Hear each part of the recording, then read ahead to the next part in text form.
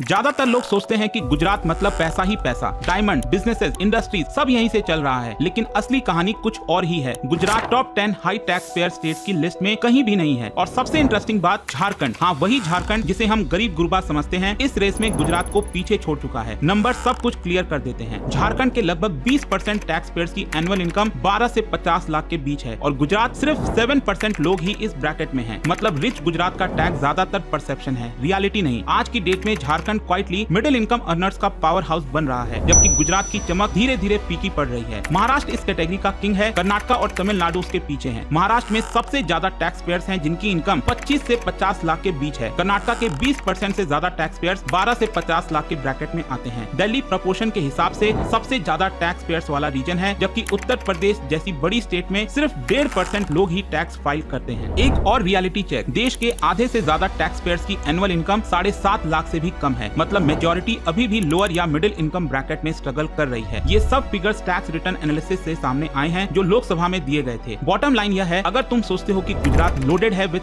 High earners, सोचो दोबारा। India की मिडिल क्लास कहीं ग्रो कर रही है, कहीं स्टैग्नेंट है, और यही है देश की असली टैक्स रियलिटी।